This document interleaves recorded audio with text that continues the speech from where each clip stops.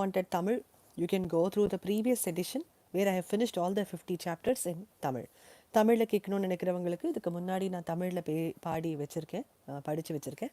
அதில் பார்த்து நீங்கள் கேட்டுக்கலாம். இது வந்து இங்கிலீஷ். திருப்பி இது முடிஞ்சு 50 சாப்டர் முடிஞ்சு திருப்பி தமிழில் தொடரும். Thank you.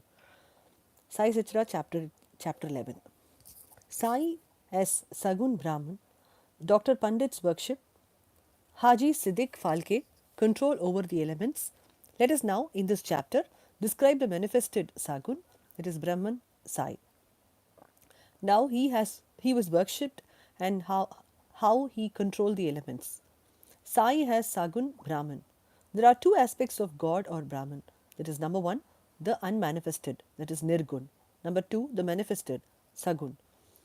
The Nirgun is formless, while the Sagun is with the form, though both denote the same Brahman.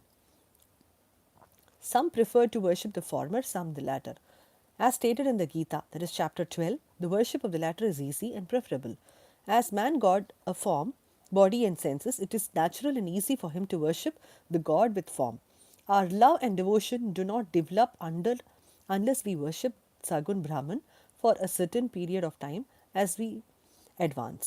It leads us to worship, that is meditation, of Nirgun Brahman. So let us start with Sagun worship. Imagine image, altar, fire, light, sun, water, Brahman, or the 7 objects of worship, but Sadguru is better than all these. Let us, on this occasion, bring to our mind the form of Sai, who was non-attachment incarnate and who was resting place for his wholehearted devotees. Our faith in his words is seat of asan. And our sankalpa, that is determination to start and finish the puja, is the abandonment of all our desires. Some say that Sai was a Bhagavad Bhakta, that is devotee of Lord.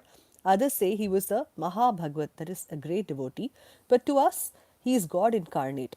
He was extremely forgiving, never irritable, straight, soft, tolerant, and content beyond comparison.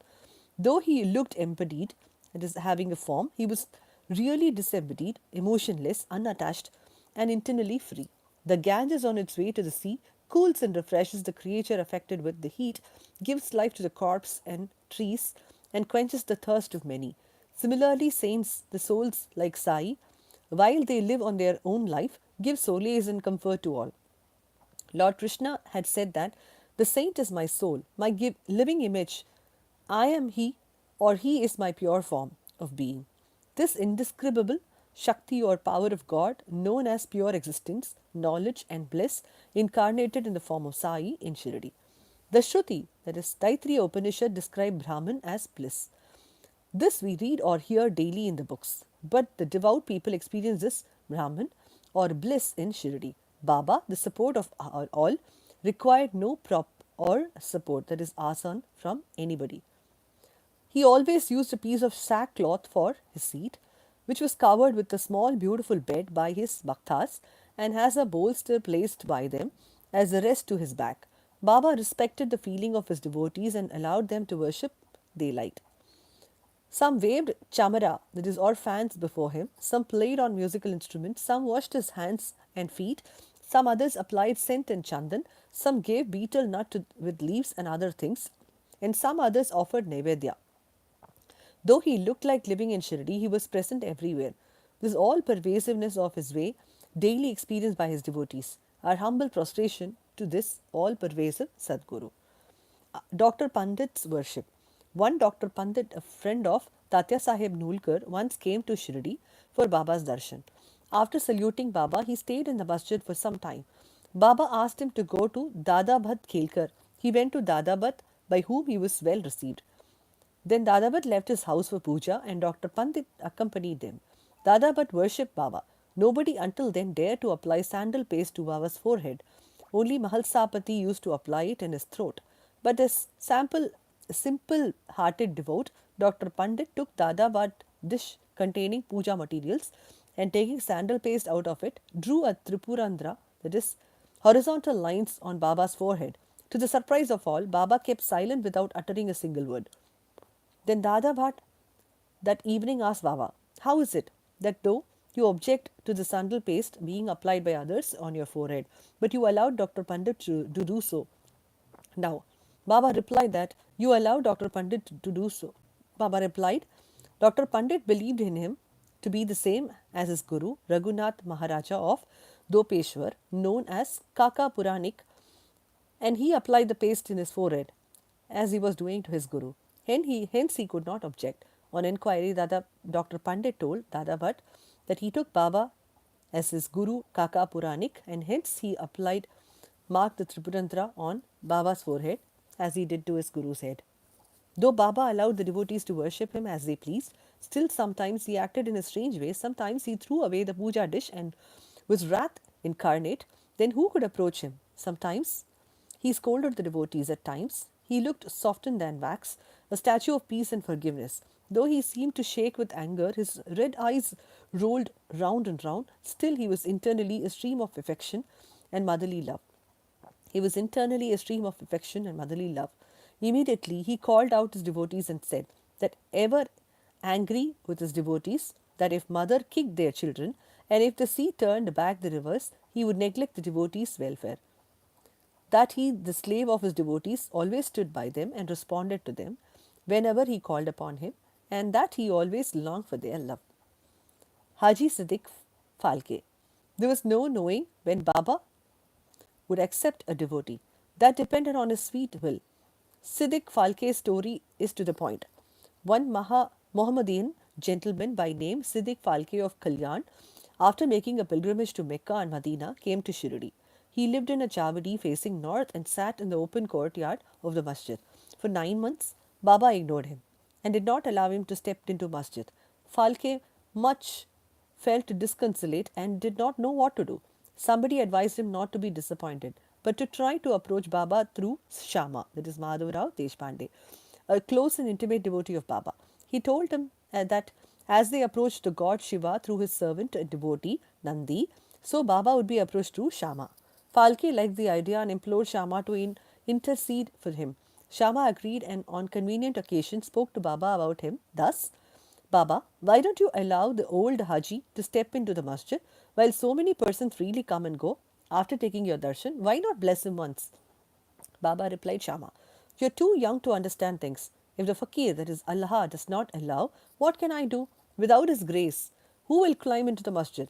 Well, go to him and ask him whether he'll come to the narrow footpath near the Barvi well. Shama went and returned with an affirmative answer. Again, Baba said to Shama, ask him whether he is willing to pay me the sum of 40,000 in 4 installments. Shama went and returned with the answer that he was willing to pay even 40 lakhs.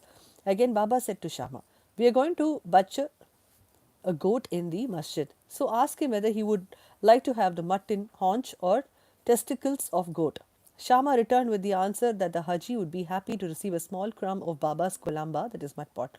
Hearing this, Baba got excited and with his hands threw away the earthen jars and kolamba and straightway advanced to the Haji and lifting his kafni up with his hands said, why do you brag and fancy yourself great and pose yourself as an old Haji? Do you read Quran like this? You're proud of your pilgrimage to Mecca, but you not know me. Being thus scolded, Haji was confounded. Baba then went back to the masjid, purchased a few baskets of mangoes and sent them to Haji. Again Baba went to Haji and taking out rupees 55 from his pocket, gave them to Haji. From that time, Baba loved Haji, invited him for meals and Haji thereafter came to masjid whenever he liked. Baba gave him at times some rupees and thus Haji was enlisted in Baba's Darbar. Baba's control over the elements. We shall close this chapter after describing two incidents showing Baba's control over the elements. One evening time, there was a terrible storm at Shirdi. The sky was overcast with thick black clouds. The winds began to blow forcibly. The clouds roared and lightning began to flash, and the rains began to descend in torrents. In a short time, the whole place was flooded with water. All the creatures, birds, beasts, and men got terribly frightened, and they all flocked to Masjid for shelter. There are many local deities in Shirdi, but none of them came to their help. So they all prayed Baba, their god, who was fond of the devotion, to intercede and quell the storm. Baba was much moved. He came out and standing at the edge of the masjid, addressed the storm in loud and thunderous voice. Stop! Stop your fury and the calm. In a few minutes the rain subsided. The wind ceased to blow, and the storm came to a stop. Then the moon rose in the sky, and people went back home well pleased. Number 2. On another occasion, at noon, the fire in the dhuni began to burn brightly. Its flames were seen to be reaching the rafters above. People who were sitting in the masjid did not know what to do. They dared not to ask Baba to pour water or do anything to quench the flames. But Baba soon came to realize what was happening.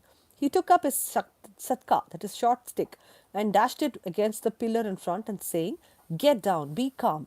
At each stroke of satka, the flames began to lower and slow down. In a few minutes, the dhuni became normal and came to normal. This is our Sai, an incarnation of God. He will bless any man who will prostrate and surrender himself to him. He who will read the stories of this chapter daily with faith and devotion will soon be free from all calamities, not only this, but always attached and devoted to Sai. He will get very soon God's vision. All his desires will be fulfilled, and being ultimately desireless, he will attain the supreme Amen. Bow to Shri Sai. Peace be to all. Sai Ram.